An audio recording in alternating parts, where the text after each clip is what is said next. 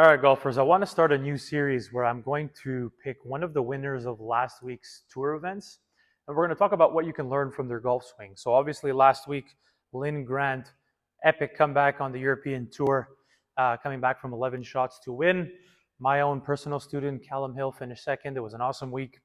But I want to talk about what you can learn from Linn's golf swing. She does something extremely well that a lot of people struggle with, which is she shallows the club very nicely in transition.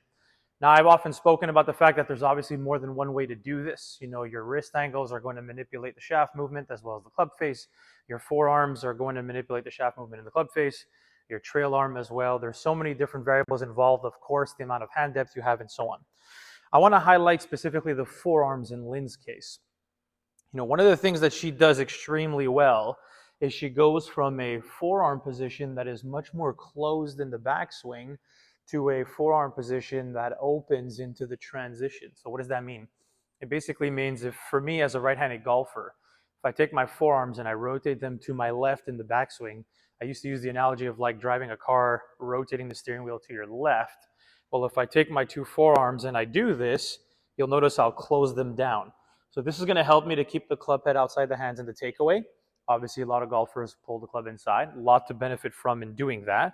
But also, if I keep them closed long enough as I'm going up, the shaft will start to work a lot more vertical, right? Well, of course, every action needs a reaction. So if you're going to keep the forearms very closed in the backswing, they are going to be more than likely going to rotate into the transition. Well, if I take my forearms and I rotate them open, everybody knows that's a death move if it happens in the takeaway. But what do you think about if I rotate my forearms now into my transition instead? So the timing of when my forearms are actually rotating open. Well, if I take my forearms and I take a shaft that's very vertical, and then I rotate my forearms to my trail side, so for me as a righty to my right, well, I'm going to take this shaft and I'm actually going to shallow it out quite a bit. The only thing you need to be careful with, and this is where I want to highlight Linn's golf swing, is when you rotate your forearms open in transition, yes, it will help you to shallow this club, especially if the club is vertical enough before you do it, but it's going to also open the face angle. And so in order to combat this, you need a club face that is either going to be very closed going back, so not only having the forearms rotate closed, but maybe having a stronger grip to match, to keep that club face obviously a lot more shut as it goes up, so that once you take this top of backswing position that's vertical and closed and we rotate the forearms, even if the club face opens slightly, it still stays in a square enough position.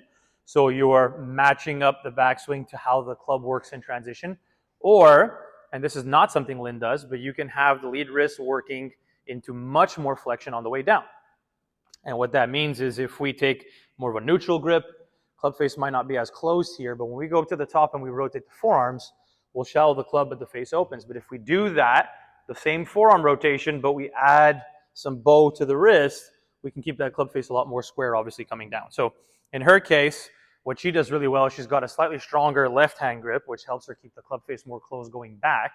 And then all you're doing is forearms really closed to forearms open in transition. And you'll notice how this movement will help you to shallow the club a lot more, which obviously incentivizes a lot of good things with what the body's able to do on the way down. So just wanted to highlight that piece. This is something that's really easy to implement in your golf swing, right? Most higher handicappers, you'll typically see the opposite. You'll see forearms open to forearms closed, which steepens the club.